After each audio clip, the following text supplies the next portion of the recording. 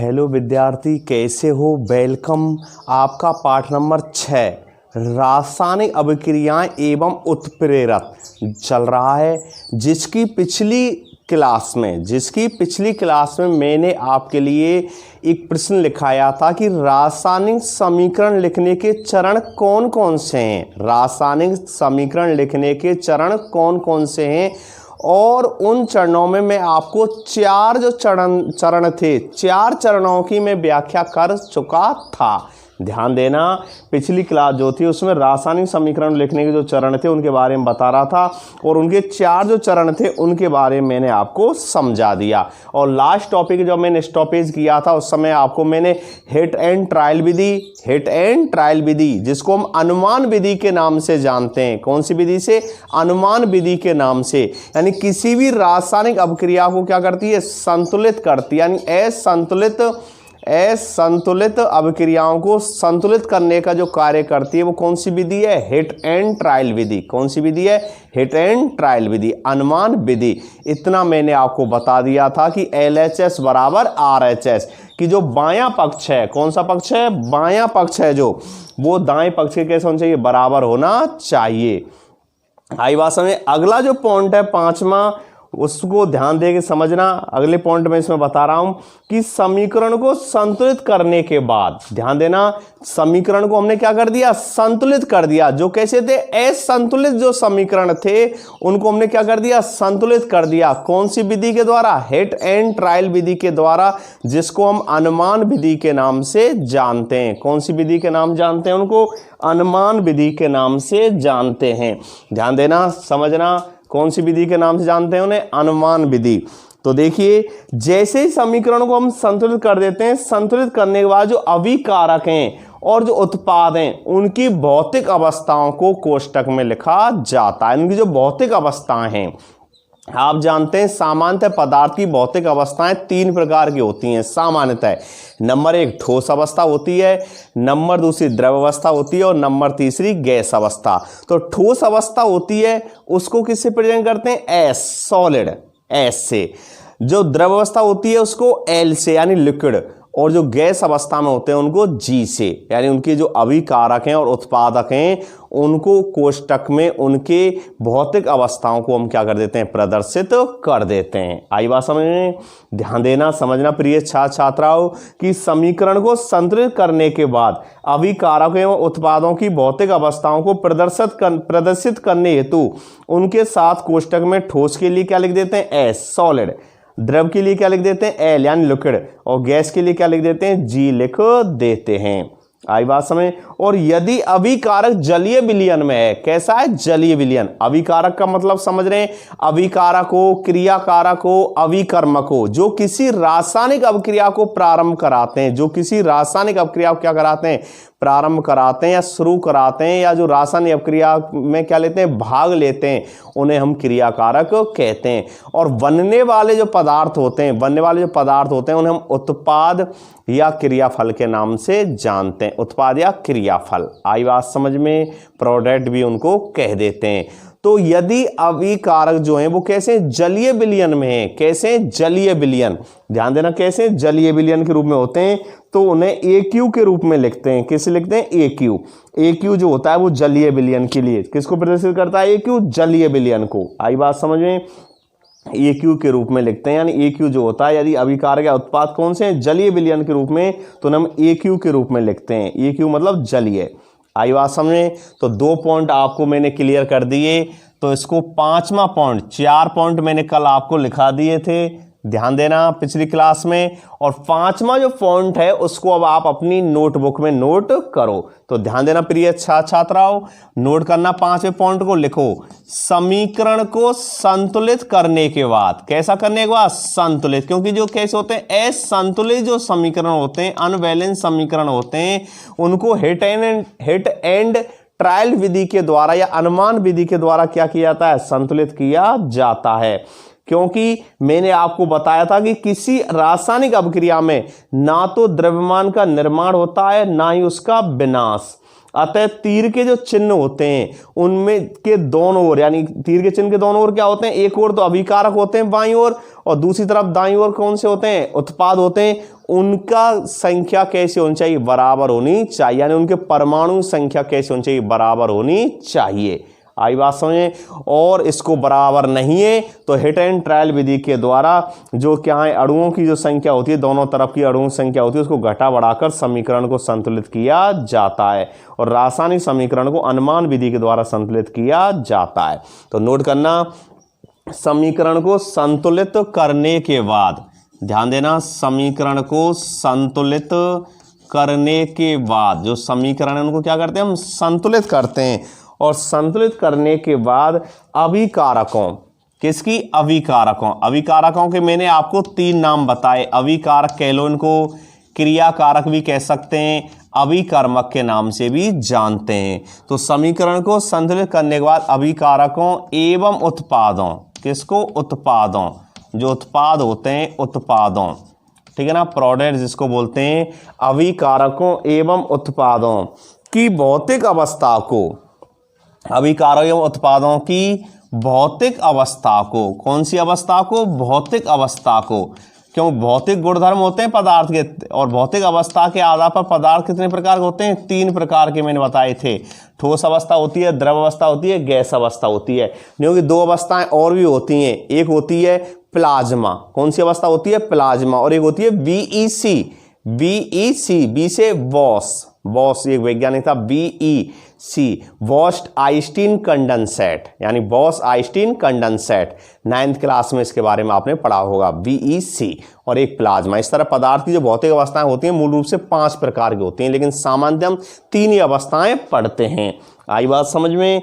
तो उत्पादों की भौतिक अवस्था को, कौन सी अवस्था को, भौतिक अवस्था को, भौतिक अवस्था को, ध्यान देना, समीकरण को संतुलित करने के बाद अभिकारकों एवं उत्पादों की भौतिक अवस्था को प्रदर्शित करने हेतु, कैसे करने हेतु, प्रदर्शित करने हेतु, ध्यान देना, प्रदर्शित करने हेतु, प्रदर्शित करने हेतु, क्या करने हेतु, प्रदर्शित करने हेतु, उनके साथ ही, प्रदर्शित करने हेतु उनके साथ ही कोष्टक में, किसमें, कोष्टक में, उनके साथ ही कोष्टक में, आई बात समझ, किसमें, कोष्टक में। ठोस के लिए क्या लिख देते हैं, एस, कोष्टक में ठोस के लिए, ठोस जो अवस्था होती है उसके लिए, ठोस के लिए एस, क्यों, सॉलिड माने क्या होता है, ठोस होता है, सॉलिड, एस, ऐसे तो प्रेजेंट चल, जो भाई सॉलिड की जब मीनिंग लिखेंगे तो एस से तो प्रारंभ होगी, तो किससे प्रेजेंट कर देते हैं ठोस को, एस से, किससे प्रेजेंट कर देते हैं, एस से। तो ध्यान देना, प्रदर्शित करने हेतु उनके साथ ही कोष्टक में ठोस के लिए एस, द्रव के लिए क्या लिख देते हैं, एल, यानी जो द्रव अवस्था होती है, द्रव के लिए क्या लिख देते हैं, द्रव के लिए एल, यानी द्रव के लिए क्या लिख देते हैं, एल, एल लिख देते हैं, द्रव के लिए क्या लिख देते हैं, एल। आई बात समझ में, द्रव के लिए क्या लिख देते हैं, एल, आ रही बात समझ में। और तीसरी अवस्था कौन सी होती है अपनी, गैस अवस्था, कौन सी अवस्था होती है तीसरी अवस्था, गैस अवस्था, एवं गैस के लिए, किसके लिए, गैस के लिए। और तीसरी अवस्था कौन सी हो गई अपनी, गैस, और गैस के लिए क्या लिखेंगे, जी, क्योंकि गैस की मीनिंग किससे प्रारंभ होती है, जी से, तो गैस लिख देते हैं, क्या लिख देते हैं, गैस लिख देते हैं।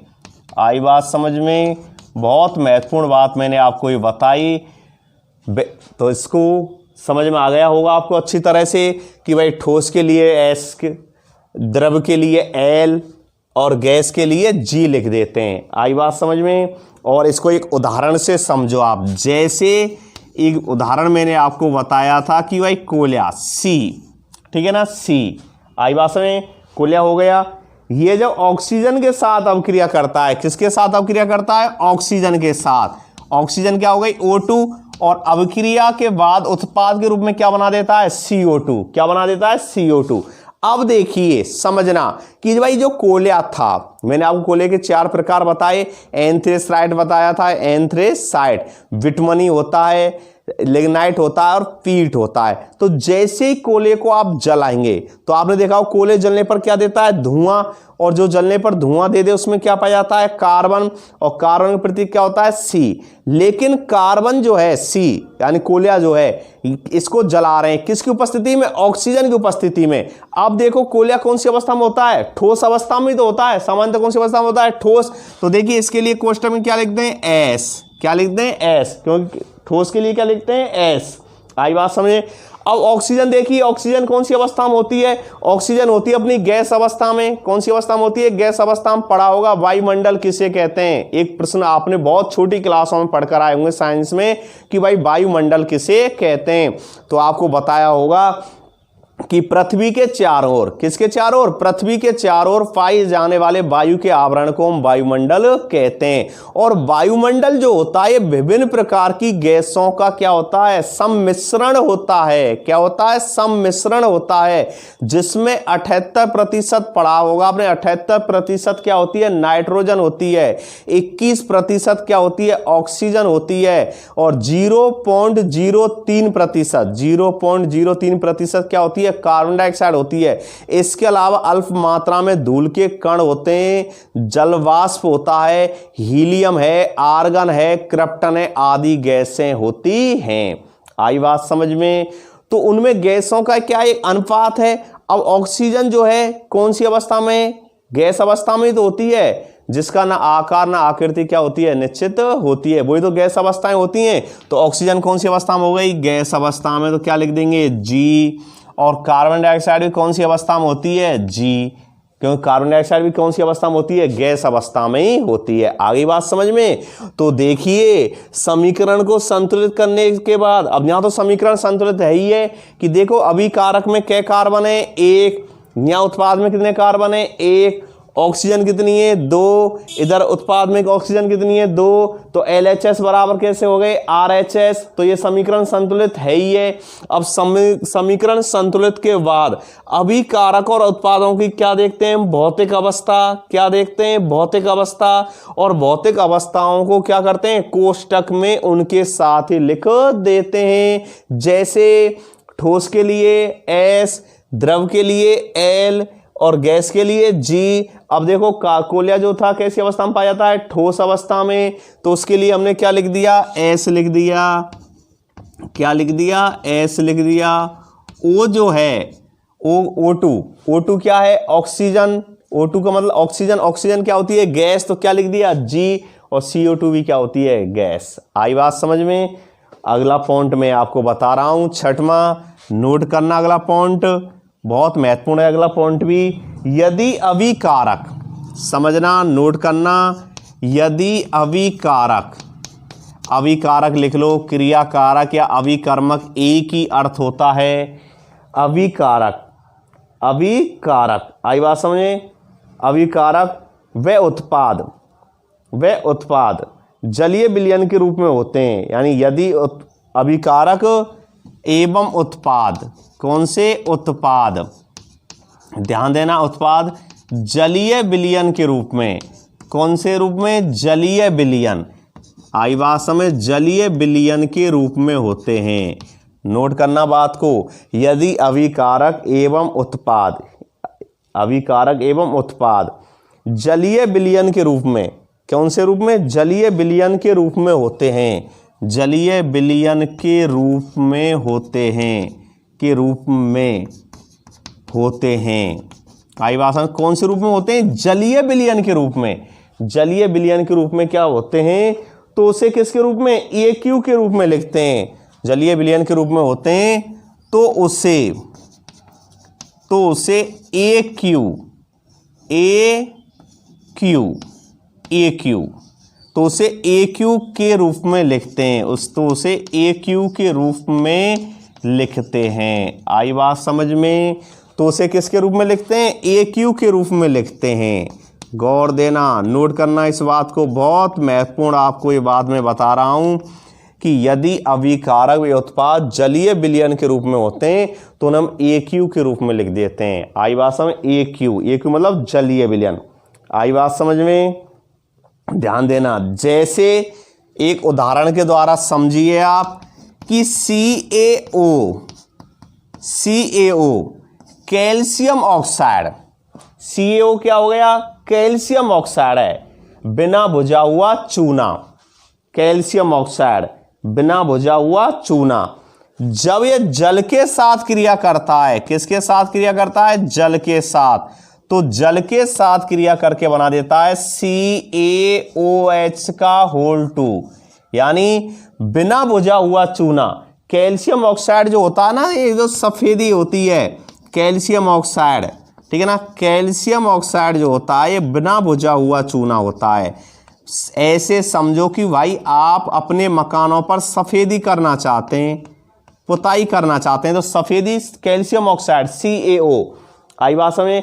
अब उसको आप जब घर पर लाते हैं, देखा होगा सफेदी कर लाते हैं, उसको पाउडर के रूप में आता है कि नहीं आता है? अब उस पाउडर को आप क्या करते हैं? जल के अंदर घोलते नहीं घोलते हैं, और जल के अंदर जब आपने देखा उसको घोलते हैं तो वो क्या होता है? उबलता भी है, गर्म होता है, उबलता भी है। और कभी कभी किसी मिट्टी के पात्र के अंदर उसको हम क्या कर देते हैं? रखते हैं और ऊपर से जल डाल देते हैं मिट्टी के पात्र में। अगर उसको घोलते हैं तो वो मिट्टी का पात्र क्या हो जाता है? फूट भी जाता है, इतनी ऊष्मा बन जाती है। आई बात समझ में? तो बिना बुझा हुआ चूना, बिना बुझा हुआ चूना जब जल के साथ क्रिया कर रहा है, किसके साथ क्रिया कर रहा है? जल के साथ, तो क्या बना देता है? बुझा हुआ चूना। क्या बना देता है? बुझा हुआ चूना। और बुझा हुआ जो चूना होता है ना, इसका जो अणु सूत्र होता है वो होता है CaOH का होल 2, CaOH का होल 2, जिसको हम कैल्शियम हाइड्रोक्साइड के नाम से भी जानते हैं। किसके नाम जानते हैं उसे?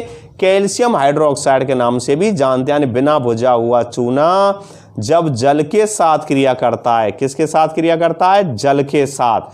तो जल के साथ जब क्रिया करता है तो क्या बना देता है? बुझा हुआ चूना। आई बात समझे? और बुझा हुआ चूने का जो अणु सूत्र होता है वो CaOH का होल 2, जिसको हम कैल्शियम हाइड्रोक्साइड कहते हैं। क्या कहते हैं उसे? Calcium hydroxide. आई बात समझ? क्या कह देते हैं इसे? Calcium hydroxide. अब देखिए, जो कैल्शियम हाइड्रोक्साइड प्राप्त हुआ है, कैसे प्राप्त हुआ है?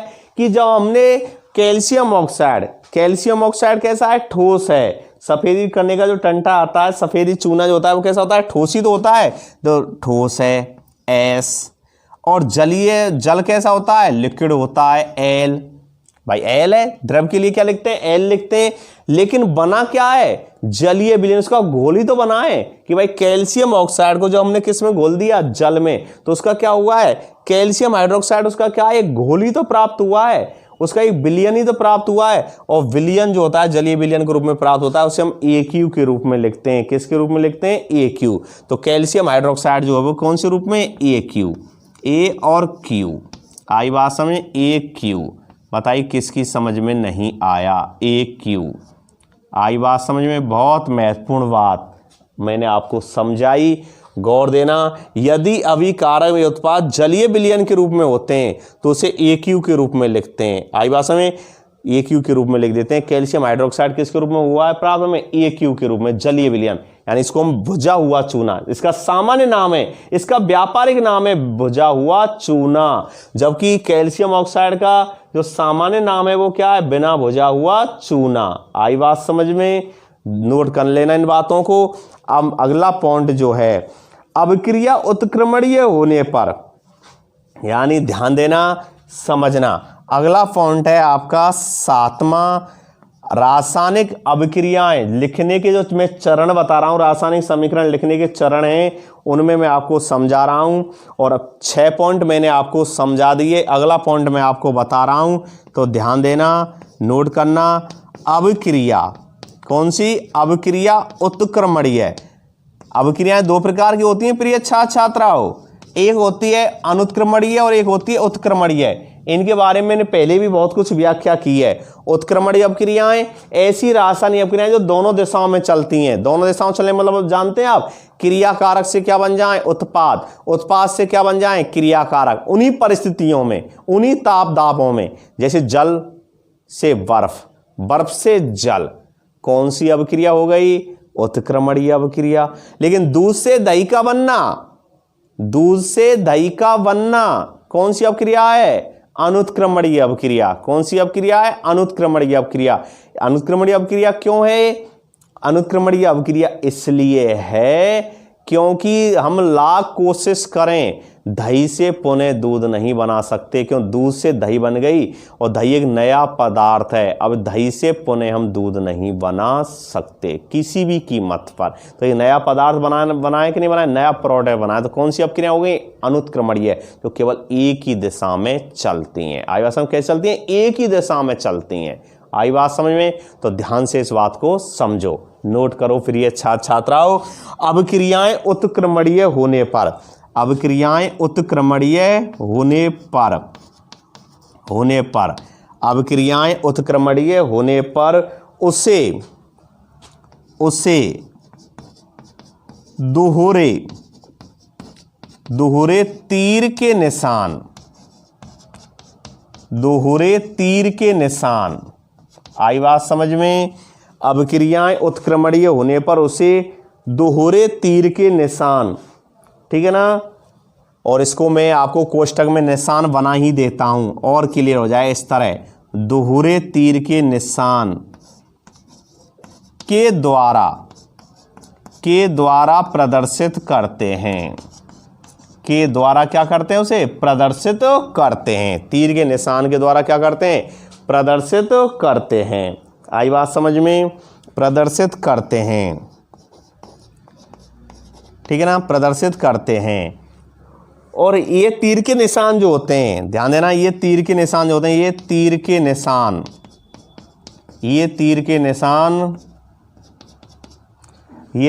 निशान एक दूसरे के, ये तीर के क्यों लिख लेना, ये तीर के निशान जो होते हैं एक दूसरे कैसे होते हैं? विपरीत होते हैं। ये तीर के निशान एक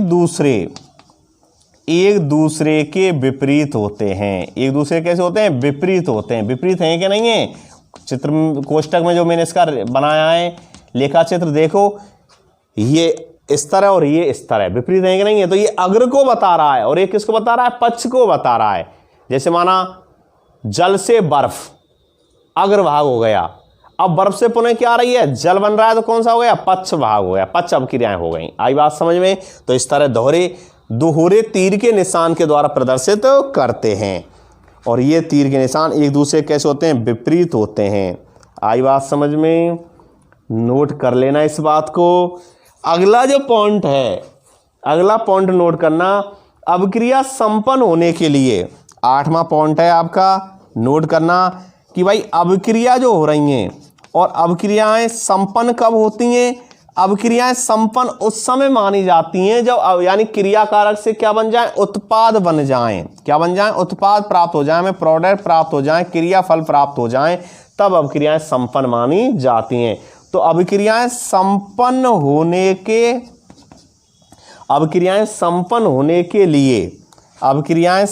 होने के लिए आवश्यक जो ताप दाब होता है, क्योंकि आप जानते हैं अभिक्रियाएं जो संपन्न होंगी उनके लिए क्या चाहिए? ताप, दाब, उत्प्रेरक आदि की उपस्थिति होती है उनके लिए। आई बात समझ में? तो नोट करना, अभिक्रिया संपन्न होने के लिए आवश्यक ताप व दाब को तीर के निशान के ऊपर लिखते हैं। यानी आवश्यक जो ताप होता है और दाब होता है, वह दाब मतलब प्रेशर, कितने दाब पर, कितने ताप पर वो अभिक्रिया संपन्न हो रही है। पाठ नंबर 5 में आया है। जैसे पाठ नंबर 5 में मैंने आपको बताया था ना कि जिप्सम को जब हम 393 केल्विन पर क्या कर देते हैं? गर्म कर देते हैं। 393 केल्विन पर क्या कर देते हैं? गर्म कर देते हैं, तो वो पीओपी में बदल जाता है। तो ताप आया कि नहीं आया? कितना आया? 393 केल्विन। तो इसी तरह जो ताप और दाब है वो उनको कहां लिखते हैं हम?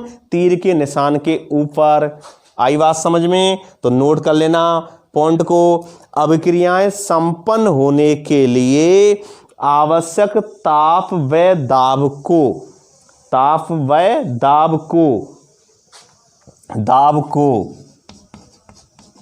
तीर के निशान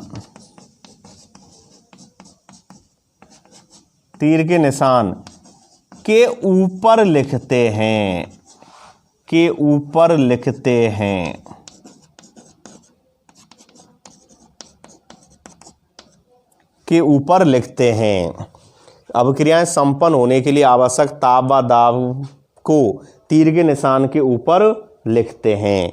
जैसे जैसे N2 क्या हो गया, नाइट्रोजन, क्या हो गया, नाइट्रोजन।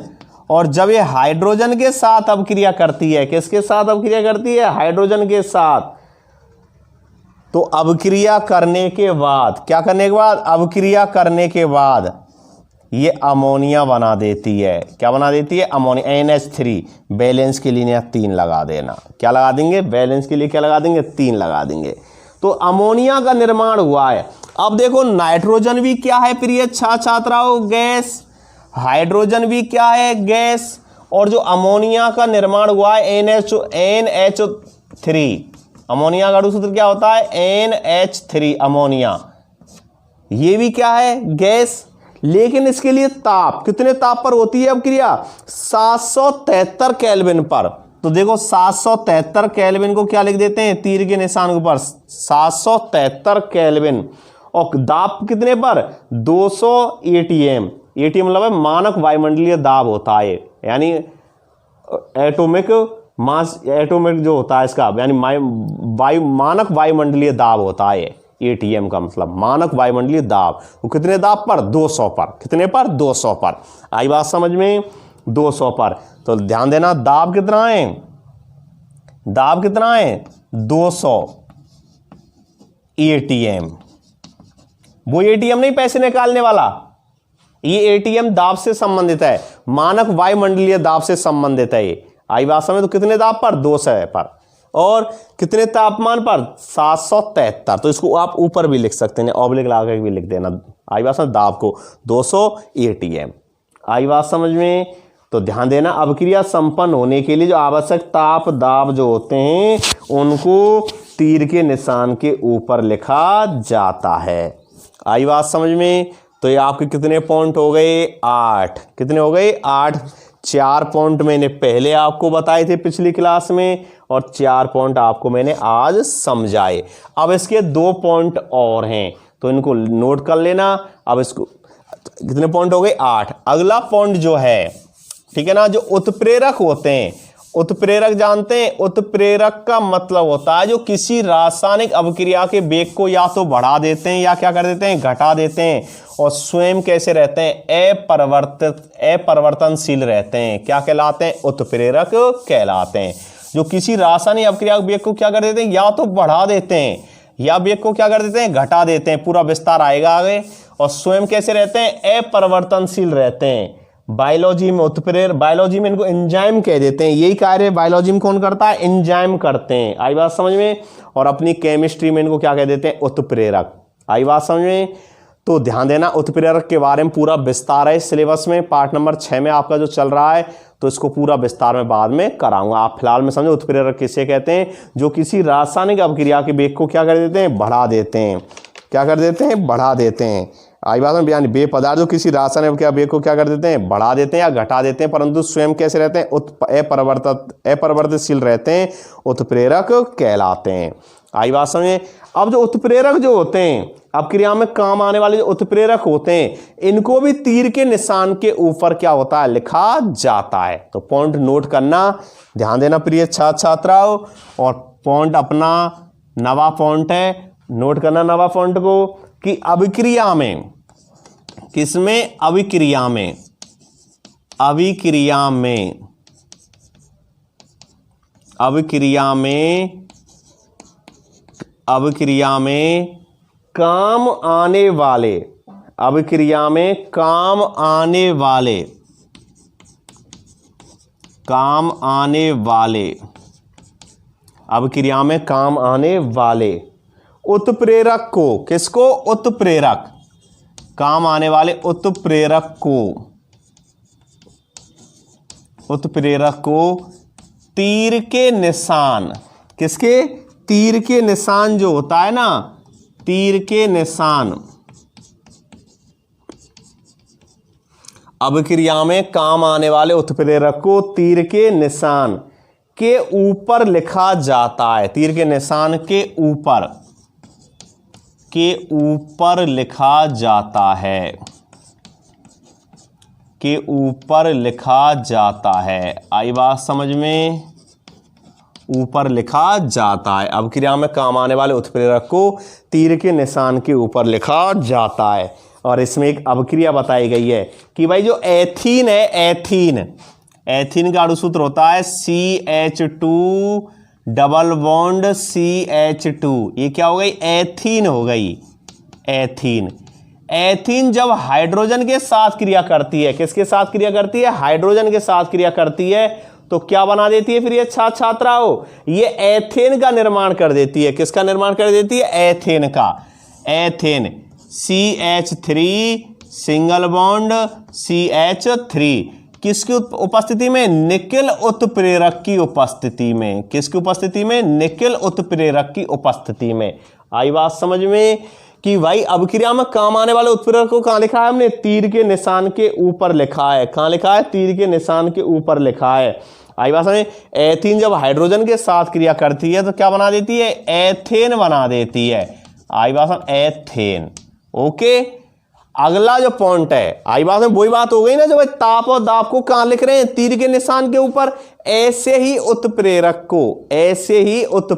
को भी तीर के निशान के ऊपर लिखा जाता है। ओके, अगला पॉइंट है इसमें 10वां और अंतिम पॉइंट, रासायनिक समीकरण के जो चरण है उनका एक अंतिम पॉइंट है, नोट करना। ऊष्माक्षेपी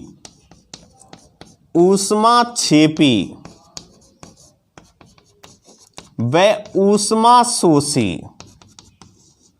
कौन सी पीरियड छात्राओं? ऊष्माक्षेपी और शोषी। दो अभिक्रियाएं बताई थी मैंने, पूरा विस्तार आएगा इस पाठ में। ऊष्माक्षेपी वह रासायनिक ऊष्मा क्या होती है? उत्सर्जित होती है। जिसमें ऊष्मा उत्सर्जित होती है ऊष्माक्षेपी, और जिसमें ऊष्मा अवशोषित होती है ऊष्माशोषी। आई बात समझे? जहां पर ऊर्जा क्या हो रही है? मुक्त हो रही है क्षेपी, अवशोषित हो रही है, किसी से ली जा रही तो शोषी होती है। फिलहाल में आप इतना समझो, ठीक है ना? तो ऊष्माक्षेपी व ऊष्माशोषी अभिक्रिया के लिए ध्यान देना, अभिक्रिया के लिए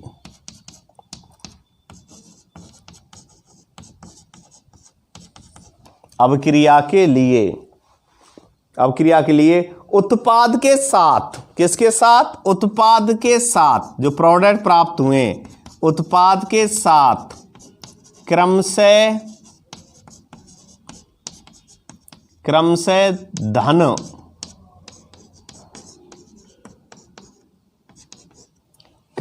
धन चिन्ह जो होता है और किसका? ऋण चिन्ह जो होता है। आई बात समझ? किसका? ऋण चिन्ह, यानी प्लस और कौन सा? माइनस। आ रही बात समझ में? वह ऋण चिन्ह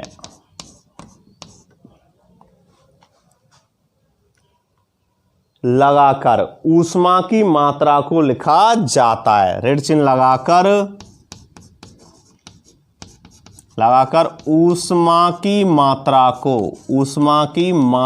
को लिखा जाता है। आई बात में? किसको लिखा जाता है? ऊष्मा की जो मात्रा होती है, किसकी मात्रा होती है? ऊष्मा की। तो ऊष्मा की मात्रा को क्या किया जाता है? लिखा जाता है। ऊष्मा की मात्रा को लिखा जाता है। आई बात समझ में?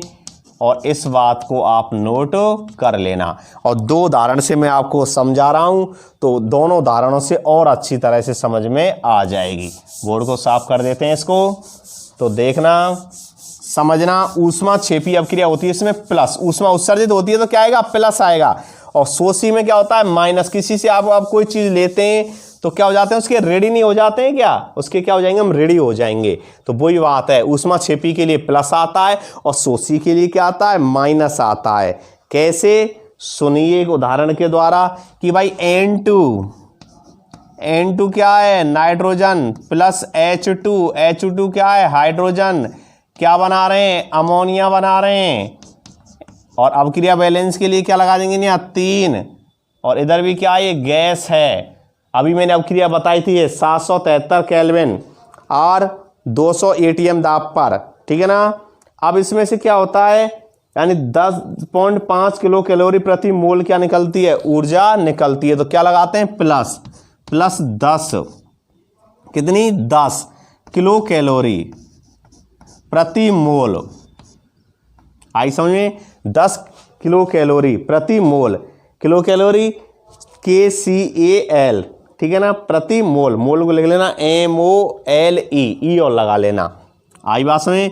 तो प्लस किसके लिए आया है, ऊष्मा छेपी के लिए आया है। किसके लिए आया है, ऊष्मा छेपी के लिए आया है। ऊष्मा क्या हुई है, उत्सर्जित हुई है, ऊष्मा क्या हुई है, बाहर निकली है। आई बात समझे। और शोषी के लिए क्या आता है, माइनस। कैसे, N2 क्या है, नाइट्रोजन, O2 क्या है, ऑक्सीजन, N2 प्लस O2, और अब क्रियावाद क्या बना देते हैं, NO2, नाइट्रोजन डाइऑक्साइड। आई बात समझ में, नाइट्रोजन डाइऑक्साइड, ठीक है ना। बैलेंस के लिए यहाँ क्या लगा देना, 2 लगा देंगे, तो यहाँ पर भी 2 लगाना पड़ेगा। ये भी क्या बनी है, गैस।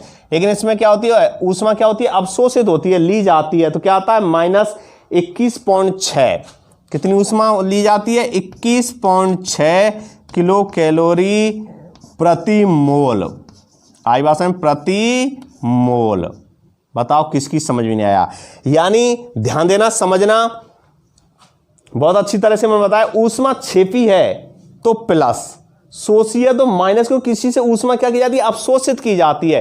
तो जब नाइट्रोजन और ऑक्सीजन परस्पर क्या करती हैं, अभिक्रियाएं करती हैं, नाइट्रोजन और ऑक्सीजन परस्पर क्या करती हैं, अभिक्रियाएं करती हैं, तो क्या बनाती हैं, यानी नाइट्रिक क्या बना, नाइट्रोजन डाइऑक्साइड बना देती हैं, नाइट्रिक, तो NO2 बना दिया। तो इसमें क्या होती है, ऊष्मा क्या होती है, अवशोषित होती है, ली जाती है, कितनी, 21.6 किलो कैलोरी प्रति मोल। जबकि अमोनिया का जो निर्माण हुआ है इसमें ऊर्जा क्या होती है, उत्सर्जित होती है, कितनी, 10 किलो कैलोरी प्रति मोल। आई बात समझ में। तो ये आपके कितने पॉइंट हो गए, 10 रासायनिक समीकरण को लिखने के चरण। आई बात समझ, रासायनिक समीकरण को लिखने के चरण हो गए आपके, ठीक है ना। अब इसमें 2 प्रश्न और हैं छोटे छोटे, उनको और मैं नोट करा देता हूं। उत्तर मैंने पहले आपको उनको समझा दिए प्रश्नों को, लेकिन आप प्रश्नों को नोट कर लो। कौन कौन से प्रश्न हैं, रासायनिक समीकरण को, कौन सा समीकरण, रासायनिक समीकरण को, रासायनिक समीकरण को, रासायनिक समीकरण को किस विधि से, किस विधि से, किस विधि से, रासायनिक समीकरण को किस विधि से संतुलित करते हैं, संतुलित करते हैं। कौन सी विधि से संतुलित करते हैं प्रिय छात्राओं, हिट एंड ट्रायल विधि। कौन सी विधि, हिट एंड ट्रायल विधि, नोट कर लेना, हिट एंड ट्रायल विधि। आई बात समझ में, जिसको क्या कह देते हैं, अनुमान विधि। क्या कह देते हैं, दूसरा नाम क्या है, अनुमान विधि, हिट एंड ट्रायल विधि, और दूसरा क्या है, अनुमान विधि। और एक प्रश्न और नोट कर लेना, जिसको मैं आपको पहले बता चुका हूं, कौन सा है बच्चों, ध्यान देना, संतुलित समीकरण। कौन सा, संतुलित समीकरण किसे कहते हैं, संतुलित समीकरण किसे कहते हैं, ये आपका प्रश्न है, नोट करना। पहले मैं इसके बारे में आपको बहुत बता चुका हूं, फिर भी नोट कर लेना और ध्यान देना प्रिय छात्राओं, बच्चों बोर्ड तरफ नजर। तो देखिए, जिस रासायनिक अभिक्रिया में, जिस रासायनिक अभिक्रिया में, कौन सी अभिक्रिया में, रासायनिक अभिक्रिया में, गौर देना, नोट करना, जिस रासायनिक, सॉरी अभिक्रिया बजाय समीकरण लिखना, क्या लिखेंगे, समीकरण। जिस रासायनिक समीकरण, आई बात समीकरण के बारे में बता रहा हूं ना, संतुलित समीकरण, अभिक्रिया नहीं आएगी तो, कि जिस रासायनिक समीकरण, जिस रासायनिक समीकरण के दोनों पक्षों, जिस रासायनिक समीकरण के दोनों पक्षों, जिस रासायनिक समीकरण के दोनों पक्षों में, दोनों पक्षों में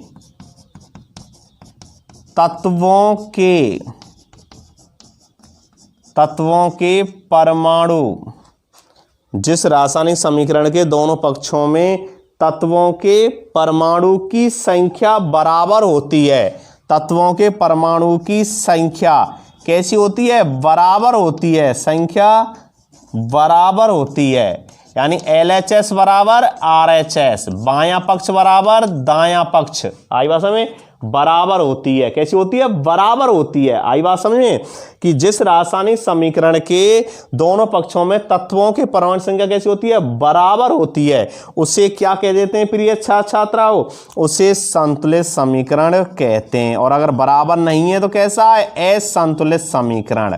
कैसा है, असंतुलित समीकरण। और यहां पर कैसी है, बराबर है, तो उसे संतुलित समीकरण कहते हैं।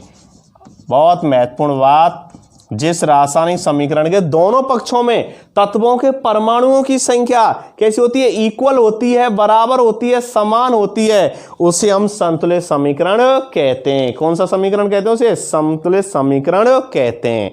आई बात समझ में, तो इन दोनों प्रश्नों को भी नोट कर लेना। अगला प्रश्न जो है इसमें है वो है रासायनिक समीकरण की विशेषताएं और कमियां। रासायनिक समीकरणों की क्या तो विशेषताएं हैं और क्या उनमें कमी है, इनके बारे में नेक्स्ट अगली क्लास में आपको समझाएंगे। तो जितना आपको आज लिखा है इसको कंप्लीट कर लेना। 4 चरण में पिछली वीडियो में आपको मैं बता चुका हूं, 6 चरण मैंने आज आपको लिखा है और 2 प्रश्न और बताए आपके लिए। रासायनिक समीकरण किस विधि से संतुलित करते हैं और दूसरा है संतुलित समीकरण किसे कहते हैं, इनको आप नोट कर लेना। और अगला है रासायनिक समीकरण की विशेषताएं और कमियां, इनके बारे में नेक्स्ट अगली क्लास में आपको बताएंगे। तो प्रतिदिन इनको नोट करो और जितना हो सके अधिक से अधिक मेहनत करो। जिज्ञासा होनी चाहिए तभी सफलता मिलती है, यानी हमें पढ़ाई के प्रति एक जुनून होना चाहिए, जिज्ञासा होनी चाहिए, और तब जाकर हमें किसी क्षेत्र में क्या मिलती है, सफलता मिलती है। इसलिए आप प्रतिदिन अधिक से घर पर पढ़ो, आई बात समझ, अधिक से अधिक मेहनत करो। बहुत महत्वपूर्ण पाठ चल रहे हैं आपके केमिस्ट्री के। ओके, मिलते हैं नेक्स्ट अगली क्लास में एक नए टॉपिक के साथ।